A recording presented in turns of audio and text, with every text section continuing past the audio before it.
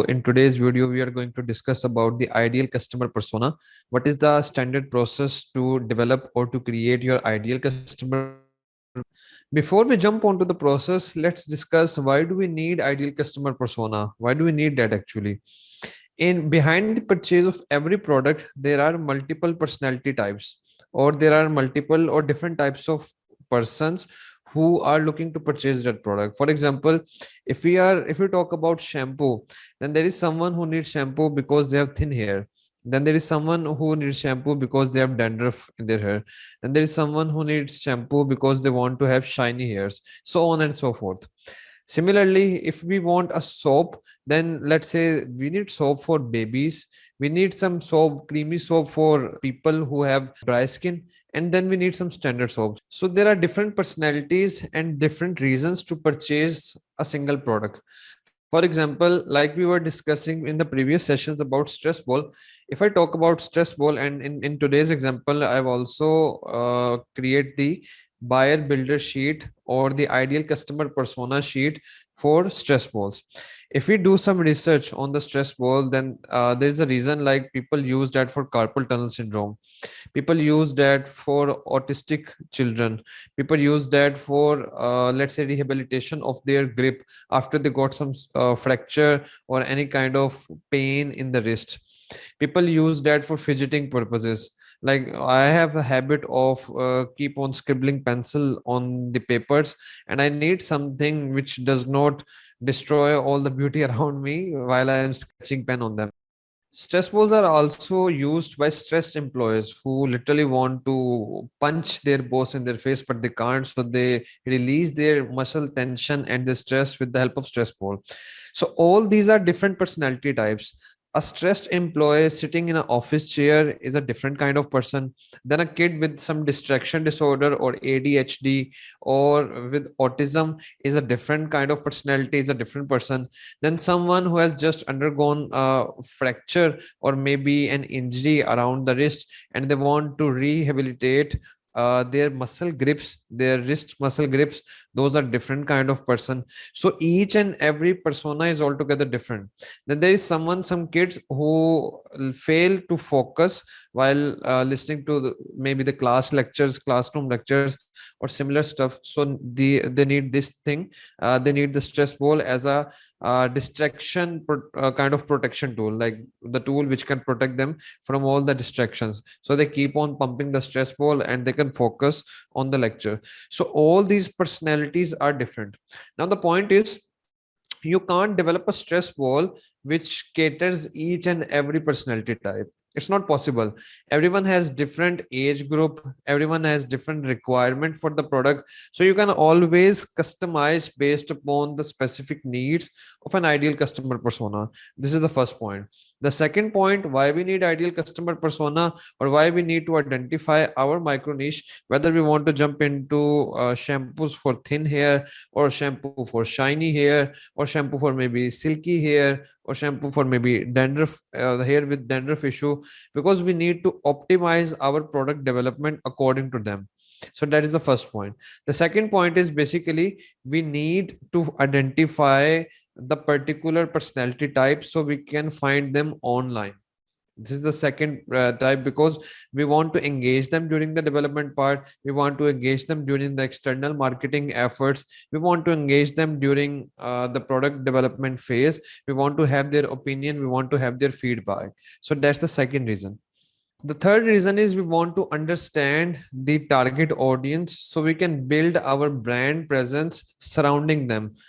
Like let's say I need an audience of football player and I build my audience around the cricket fans. That's not going to make a sense. So we need to identify what kind of ideal customer persona, what are the characteristic basically, or what is the key passion point or key reason or key pain point behind purchasing my product or the product which I am considering. What is the reason behind that? Because that will help me to identify those kind of audience, those kind of micro niche those kind of people. So I know around which kind of audience I need to build my brand, and I know around which kind of audience I need to advertise.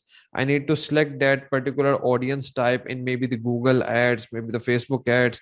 And then again, it will help me to identify the intent of the keywords in the Amazon search bar as well, or in the Amazon reverse SEO as well, based upon the target ideal customer persona.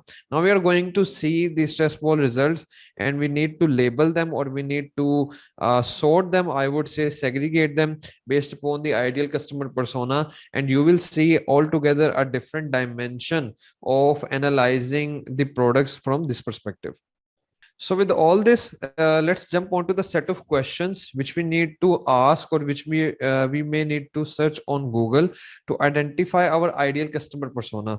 So the first question is, what is the use case of product? The second question is, what is the function of the product? You simply need to Google it down. Who uses the particular product? When do people use the particular product? Whatsoever is the product name?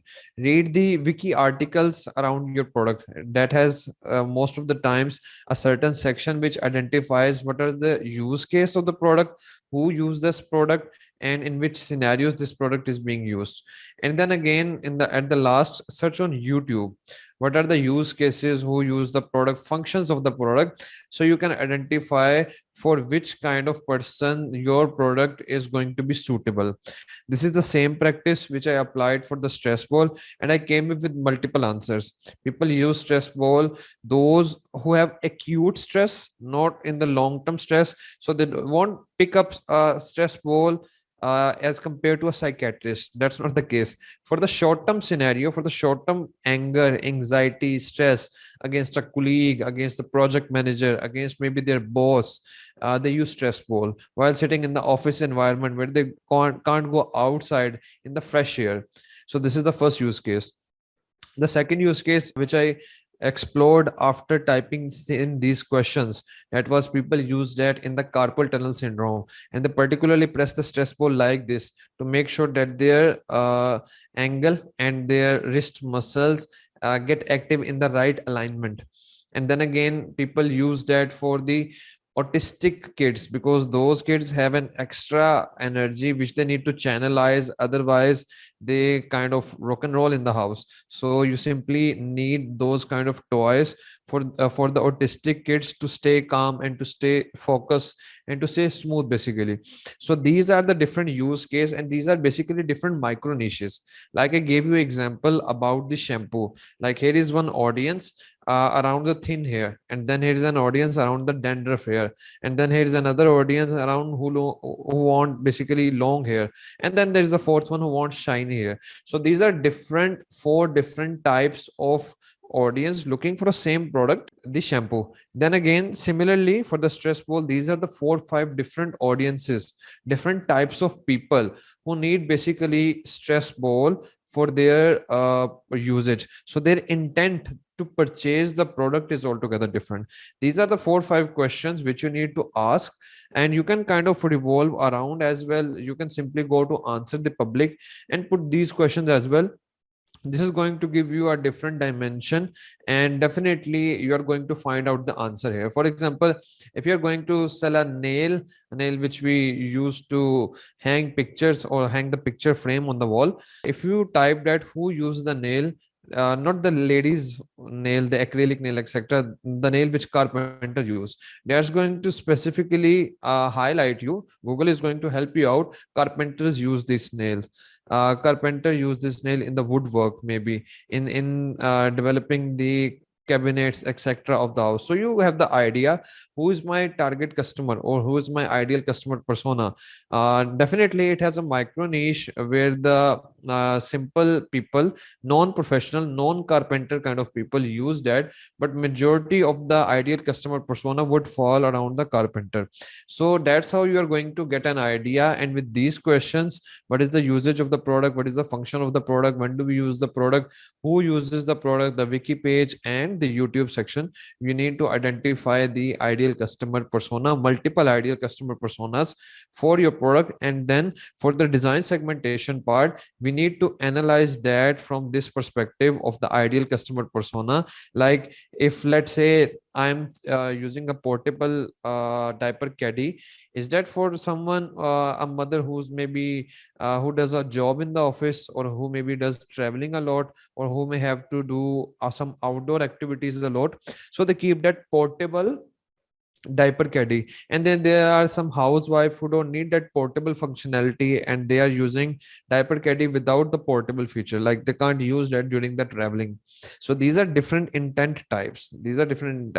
Now the third one is the diaper bag, where the mom have all the packages within a bag, so they can kind of extend that bag and use that for the changing the diaper of the baby. So all three are different intent, all three have different ideal customer persona, the ICP. So these are simple five set of question which you need to use to identify the ICP, multiple ICPs, and then that is similar to the micro niche as well. Like one ICP belongs to one micro niche, second one belongs to second micro niche, third one belongs to third micro niche. So that's how it is. But that is very important to identify, because right now it may not sound much of use, but then again, during our development part, during our marketing part, during our social listening part, during our advertising part, during our the brand building part, for all these parts, this is a route basically which we need to build first, so we can put up the floor on these pillars.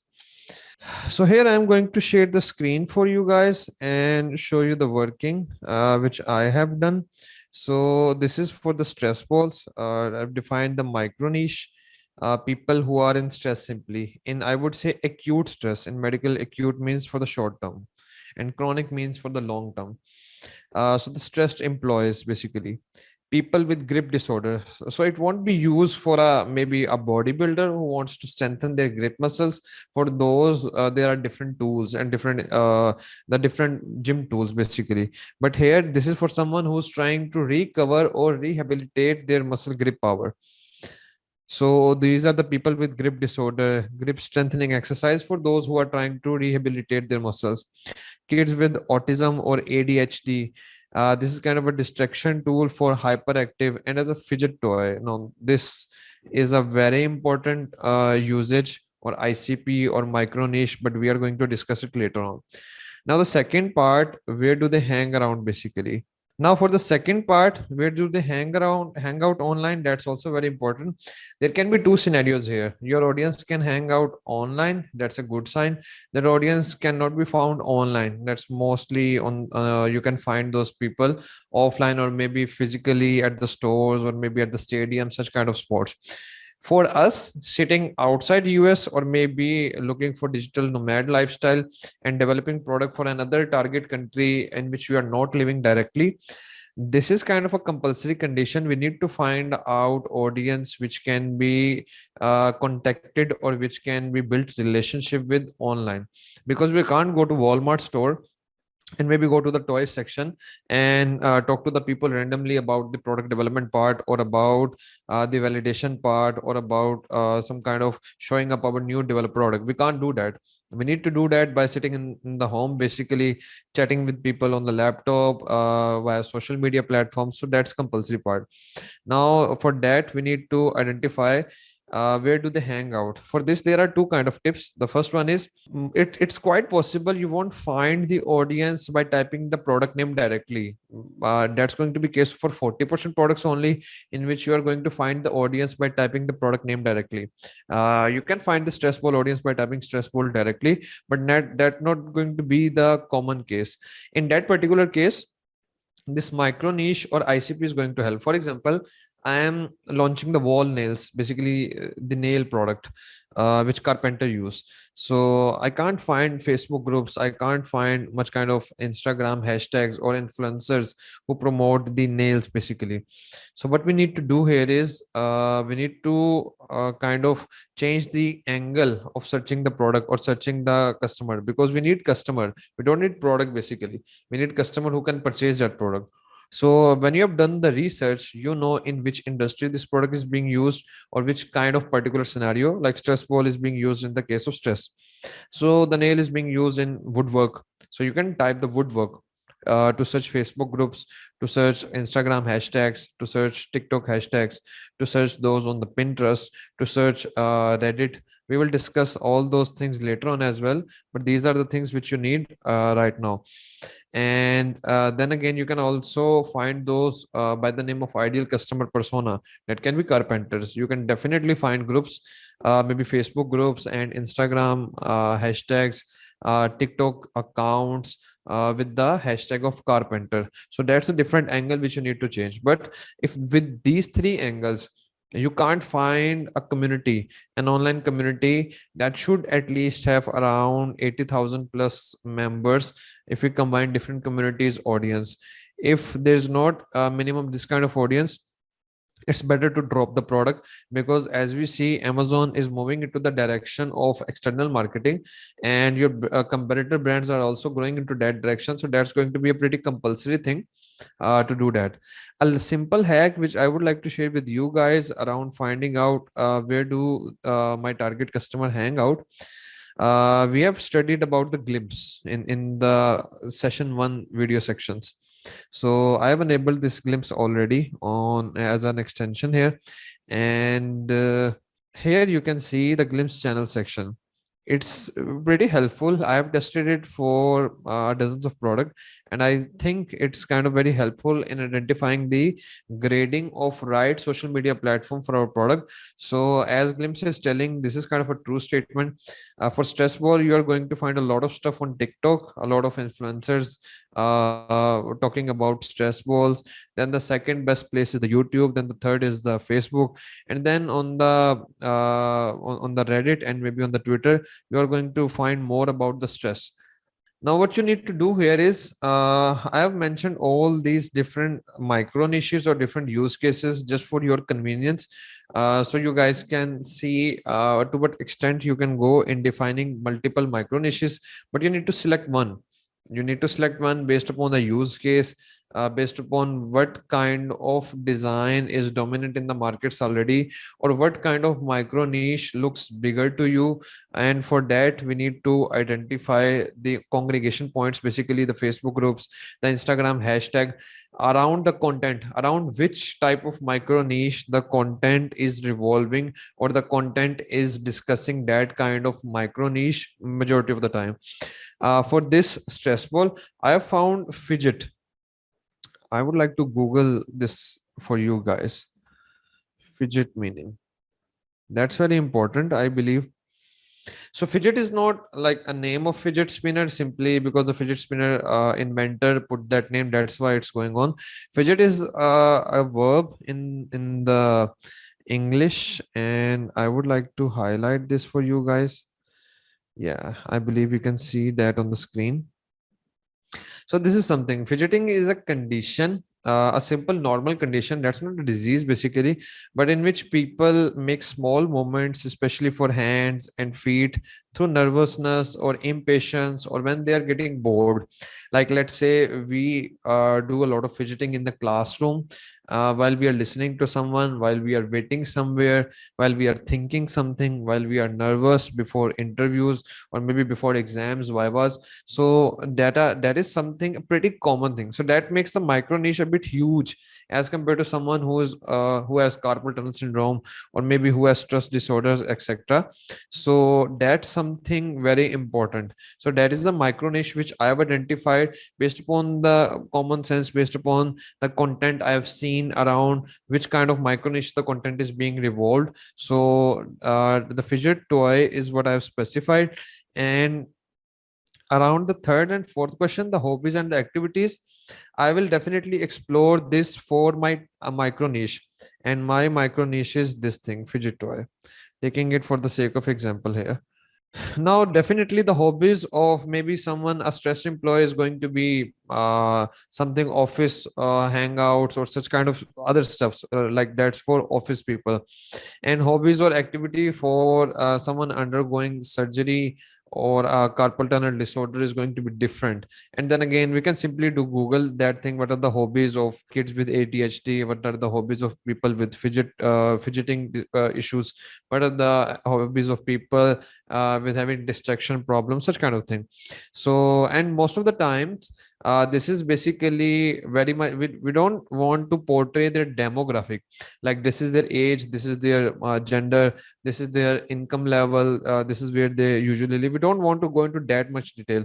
This need to be one or two words simply. And this most of the times this revolve around their passion, their pain point, or their player desire, around which this micro niche is built up basically. Like simply, in my case, the hobby or the lifestyle is basically fidgeting or hyperactive, or these guys have a lot of distraction issues because they keep on doing something at the side and they can't stay focused there. And then what kind of activities do they perform? Hobbies and activities are around 40-50% cases they are same, and they can be different as well. So the activities, for example, my hobbies to do gym. My activities can be to take protein powder, and then maybe to listen to podcast of people who are gym freak, and then maybe to hang around with gym freak people, and then maybe such kind of to participate into the competition. So these can be different as well, and these can be same as well. Like in this case, the hobby is fidgeting basically, and the activity is simply they want to keep engaged themselves. As an enthusiast, they want to keep engaged themselves with the fidgeting toys or anything which they would find around their table. So this is something I would like you guys to do as well before the question answer session, and let me know your experience. Let me know what you guys have concerns about, and we can definitely talk about it and sort it out later on. So that is all in this video. It was intended to be very short, but yeah, I believe it's a long video now. And see you soon in the next one. Thank you.